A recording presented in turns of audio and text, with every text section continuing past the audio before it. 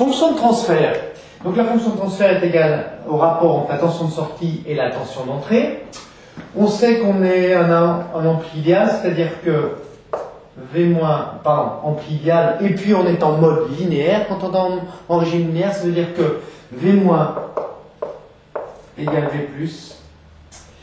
Dans ce cas-là, V+, c'est relié à la masse, donc V+ égale 0. Donc V- égale V+ égale 0. Première chose. Les deux courants, là, on a un ampli idéal, c'est-à-dire que les deux courants I- et I+, qui rentrent ici dans l'amplificateur opérationnel sont nuls. Alors on va retrouver une relation entre US et UE avec le théorème de Millman à ce point V-. Donc qu'est-ce qu'on peut dire? La somme des courants qui arrivent, celui-ci on va l'appeler I1 et celui-ci I2.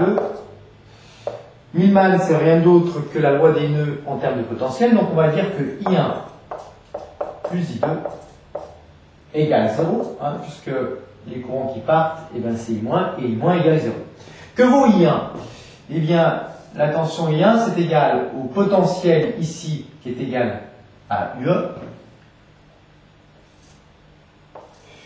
UE complexe, moins le potentiel ici, qui est égal à 0, puisque c'est V-, divisé par la résistance R, plus I2. I2, qu'est-ce que c'est? Eh bien là, on a une tension ici qui est égale à quoi? Le potentiel là est égal à la tension US, puisque la tension US est entre ce potentiel-là et 0.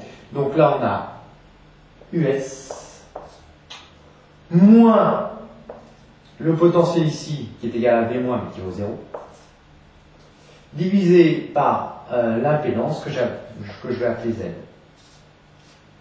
Voilà. Autrement dit, UE sur R plus US sur Z égale 0, ce qui nous donne donc US sur Z égale moins UE sur R, autrement dit US sur UE égale moins Z sur R. On va exprimer maintenant Z. Que vaut Z?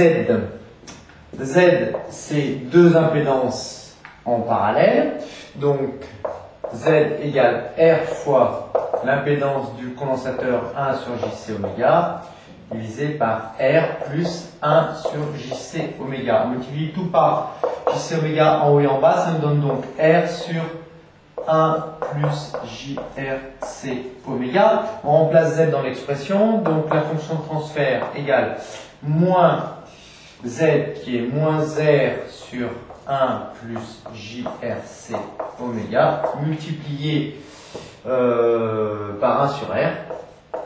Le R se simplifie et donc la fonction de transfert est égale à 1 sur 1 plus JRC oméga.